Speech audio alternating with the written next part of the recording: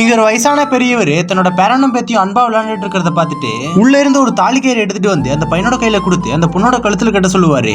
அவனுமே அது ஒரு விளையாட்டுன்னு நினைச்சு கட்டிடுறான். இப்படி இருக்க ஒரு நாள் அந்த ஊரோட எஜமானோட ஆட்கள் எல்லாருமே இவர்கிட்ட வந்து உன்னை தாயத்துக்கிட்ட எஜமான் கூட்டு வர சொன்னார் அப்படின்னு சொன்னோடனே அவருமே வரமாட்டேன் அப்படின்னு சொல்லிடுவாரு. அதனால இப்ப அந்த எஜமான் அனுப்பி வச்ச ஆட்கள் எல்லாருமே அந்த வயசான பெரியவரோட காலில் கயிறு கட்டிட்டு அந்த கயிறை இப்ப ஜீப்புக்கு பின்னாடி கட்டி வச்சுட்டு அந்த ஜீப்பை ஓட்டிட்டே போறாங்க. அவருமே பின்னாடி தெரிஞ்சுக்கிட்டே வராரு. இதை பார்த்து அந்த பெரியவரோட பேரனுமே பின்னாடி அழுதுகிட்டே ஓடி வருவான். இப்ப அந்த எஜமான் முன்னாடி அந்த பெரியவருமே உடம்பு ஃபுல்லா காயத்தோட ரத்தத்தோட நின்னுட்டு இருப்பாரு. அந்த பெரியவரையுமே பார்த்து அந்த எஜமான் நான் கூப்பிட்டா நீ வரமாட்டியா அப்படின்னு சொல்லிட்டு அந்த பெரியவரை கயிறால கட்டி போட்டு அடிக்க சொல்றாங்க. இப்ப அங்க இருக்க எல்லாருமே அவரை போட்டு பயங்கரமா அடிக்க ஆரம்பிக்கிறாங்க. இதை பார்த்து அந்த பெரியவரோட பேரனுமே என்னோட தாத்தா விட்டுருங்க அப்படின்னு சொல்லிட்டு எஜமான்ட்ட போய் கெஞ்சி பார்ப்பான். அவர் கொஞ்சம் கூட இறக்க குணமே இல்லாம அந்த பையனை தள்ளி விட்டுட்டு அந்த பெரியவரை கொல்ல போகும்போது அந்த பையனுமே உண்டிகோலால அங்க இருக்க ஒருத்தரை கூட விடாம எல்லாத்தையுமே கல்லால அடிச்சுட்டு அவங்க கண்ணிலே மண்ணையுமே தூவிட்டு தன்னோட தாத்தாவை பார்க்க போவான். அப்ப அவருமே இங்கிருந்து தப்பிச்சு போயிரு அப்படின்னு சொல்லிட்டு இறந்தே போயிருவாரு.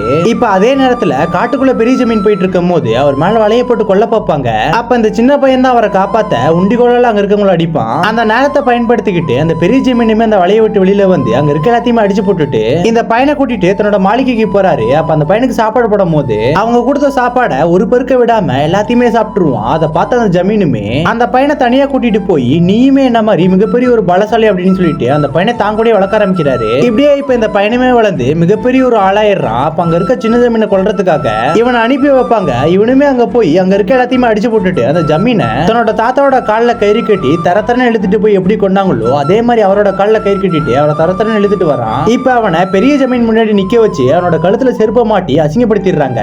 அதுக்கப்புறம் அந்த பெரிய ஜமீனோட துப்பாக்கியாலே அவரை சுட்டு கொண்டுறாங்க. இப்ப இவனுமே தன்னோட தாத்தாவை கொன்னவனை எப்படியாவது பழி வாங்கிடுறான்.